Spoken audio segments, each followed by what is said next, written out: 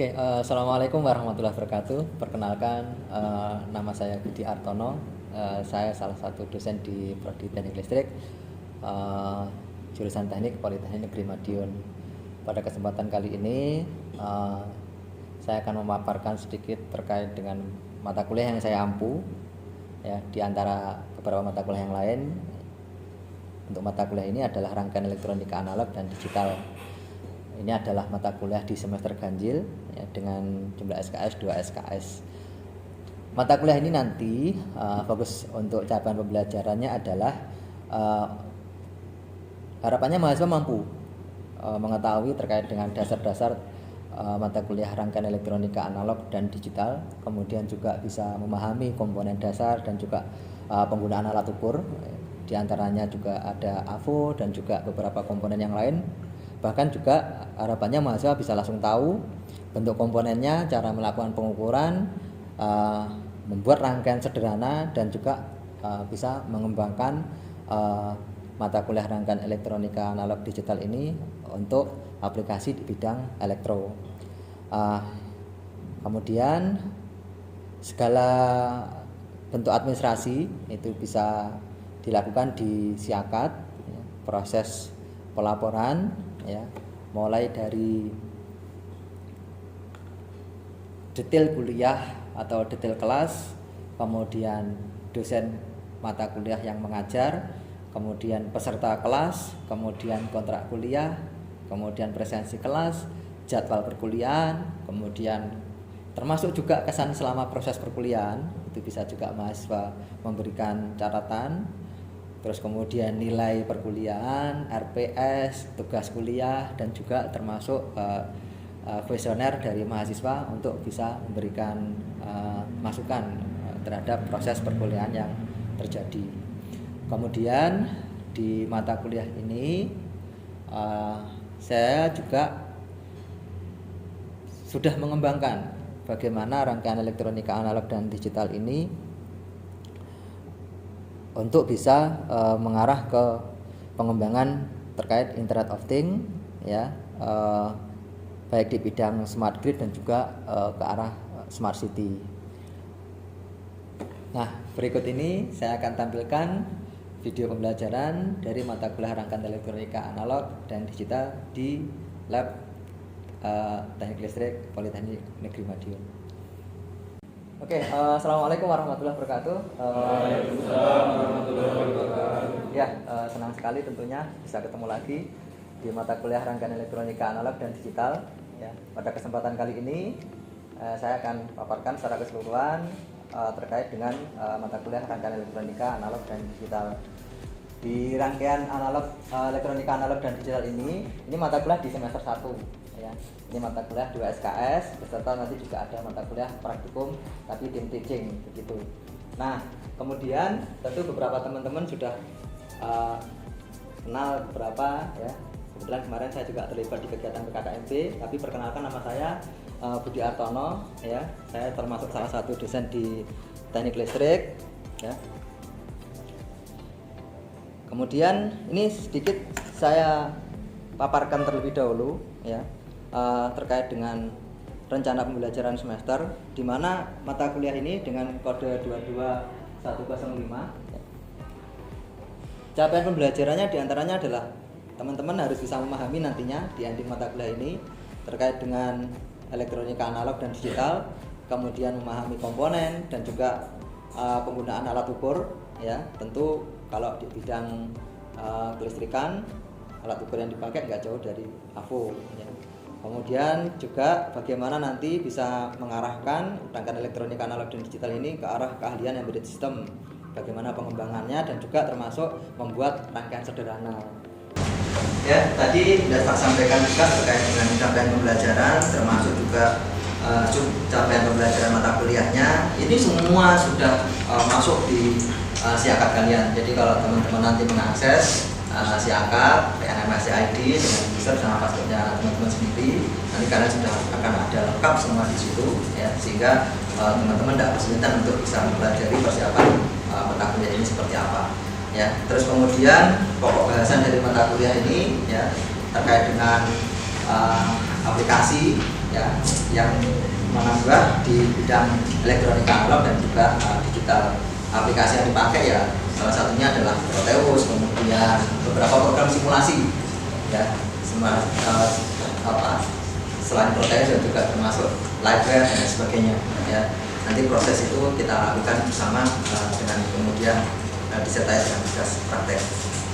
Di mata kuliah ini nanti juga ada laporan yang harus dibuat ya. Jadi setelah teman-teman nanti praktek ataupun juga setiap proses perkuliahan dengan menggunakan simulasi, teman-teman akan saya minta untuk membuat sebuah laporan terkait dengan elektronika analog dan digital.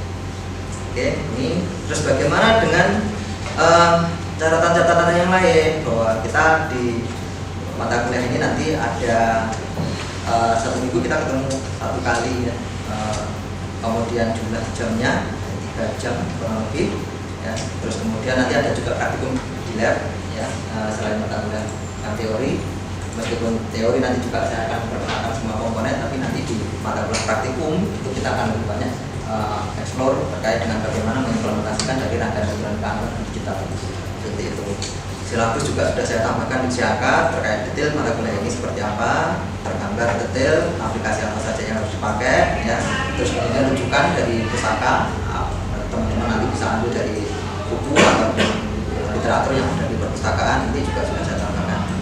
Kemudian kontrak perkuliahannya yang jadi catatan adalah teman-teman harus tahu bahwa kehadiran di kelas itu minimal ya, penilaian saya adalah 10%, kemudian ada tugas dari proses perkuliahan ada 20%, yang paling besar tentu nilai di ujian tengah semester dan juga nilai ujian akhir semester ya. Kemudian untuk perencanaan nilai soal tes ya nanti tak sampaikan di capaian pembelajaran yang keberapa untuk yang dilakukan proses ujian ya. Kemudian ini yang paling penting untuk teman-teman ketahui ya, bagaimana nanti bisa mendapatkan nilai optimal di mata kuliah rangkaian elektronika analog dan digital ya. Penskororannya seperti apa? Jadi kalau teman-teman nanti dapat nilai tugas dan lain sebagainya seperti tadi yang sudah saya sampaikan, itu nanti akan mendapatkan nilai A atau istimewa. Itu kalau nilainya di antara 83 sampai 100 begitu seterusnya seperti ada yang di tabel ya. Terus kemudian kalau teman-teman nanti ada kegiatan presentasi juga saya minta ada tentu rubriknya bagaimana menilai presentasi yang bagus. Yang tidak kalah penting ya, kalau nanti teman-teman ada kesulitan silahkan nanti konsultasi ya. Apapun itu terkait dengan mata kuliah ini ya kan, nanti bisa kita ketemu langsung untuk membahas detailnya seperti apa. Salah satu contoh soal ya di mata kuliah ini nanti ini seperti yang saya sampaikan tadi, tentu saya akan berikan ke kalian di proses perkuliahan. Oke, kita mulai saja langsung di kuliah kita hari ini.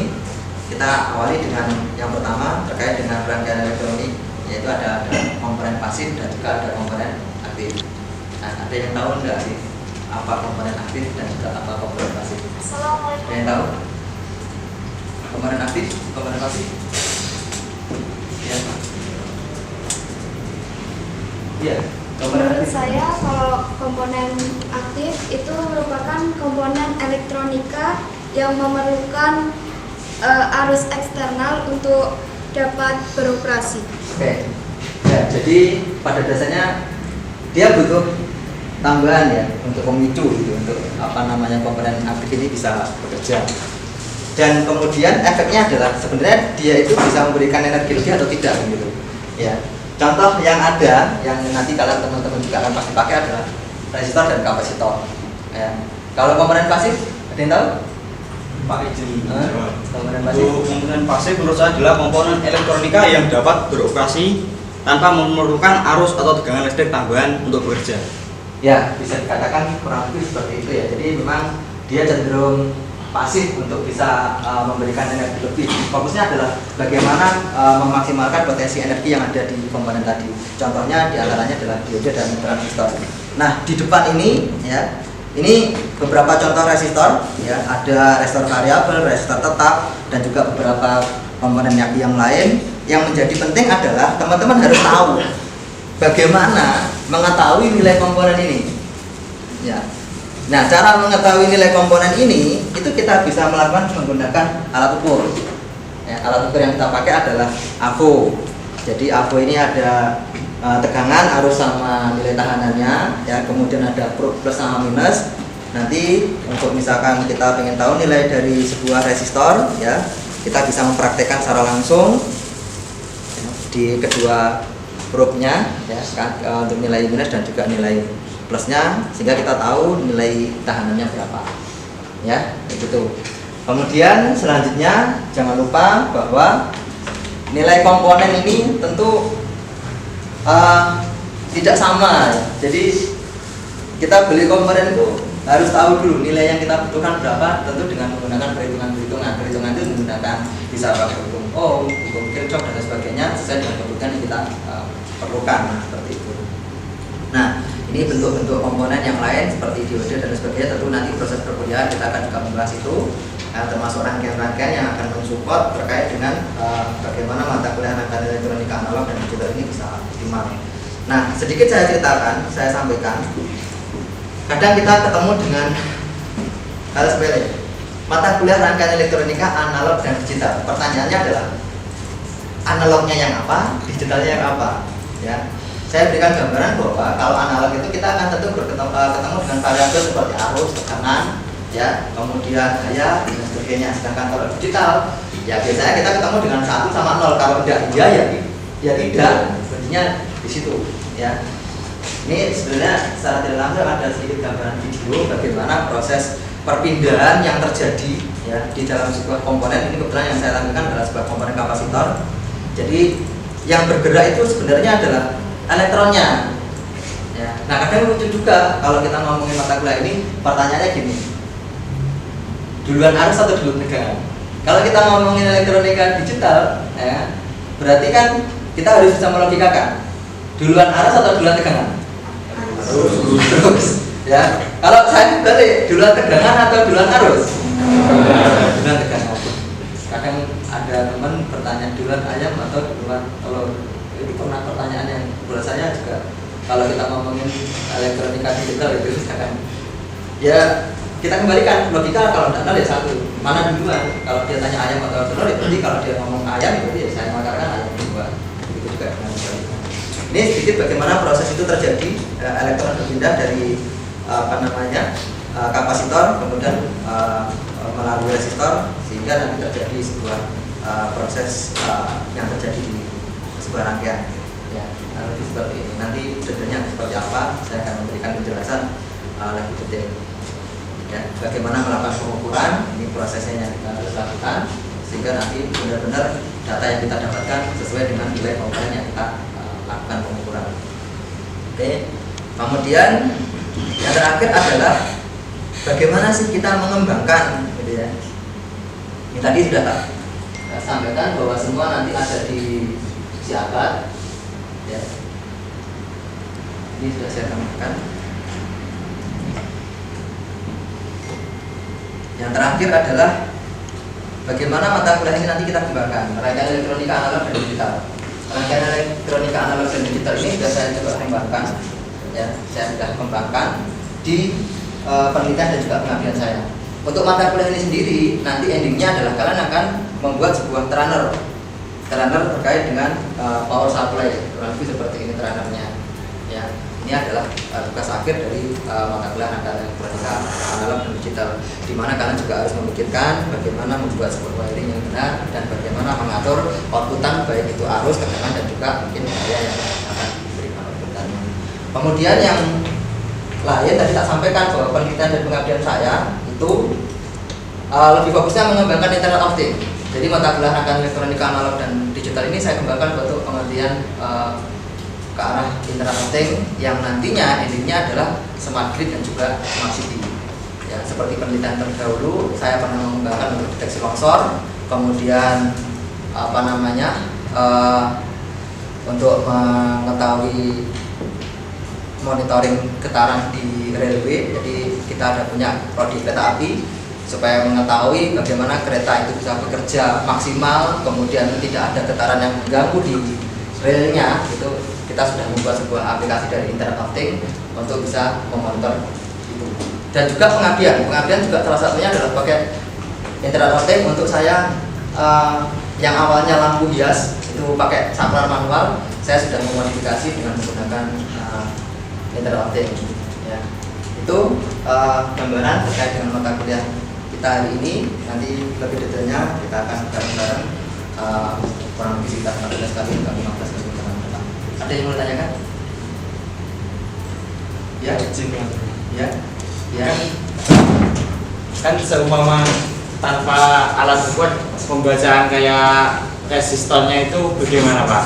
Oke, ya jadi saya tadi mungkin ada yang terlewat bahwa setiap komponen ya seperti diode, resistor, kapasitor biasanya dia akan selalu menyertakan atau kalau tidak itu ada terkait dengan datasheet ya, dan juga biasanya tertulis jelas nilai komponennya berapa. Tapi untuk kasus yang nilai resistor ya, jadi teman-teman mau tidak mau harus bisa membaca gelang warna yang ada di nilai komponen ya. Gelang warna itu ya harus dihafalkan secara tidak langsung.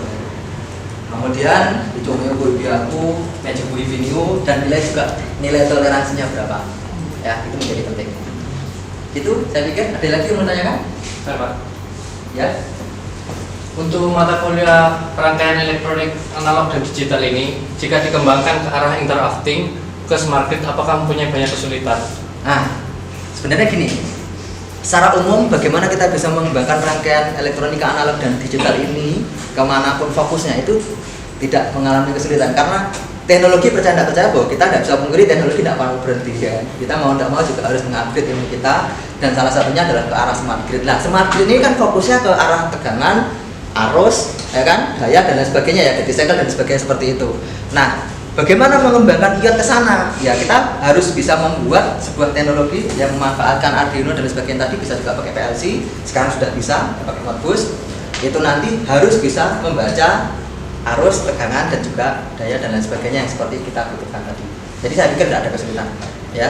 Jadi dengan adanya internet saya pikir semua bisa kita lakukan, dan juga untuk ada sensor dan juga prosesornya.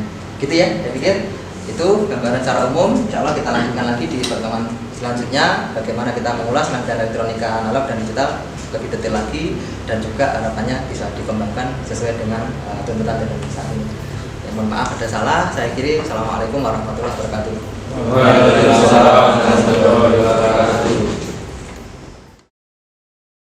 Baik, demikian deskripsi singkat dari saya. Semoga bisa memberikan gambaran pada bidang pendidikan dan pengajaran, khususnya yang saya telah lakukan sebagai dosen program studi Diploma 3 Teknik Listrik Politeknik Negeri Madiun.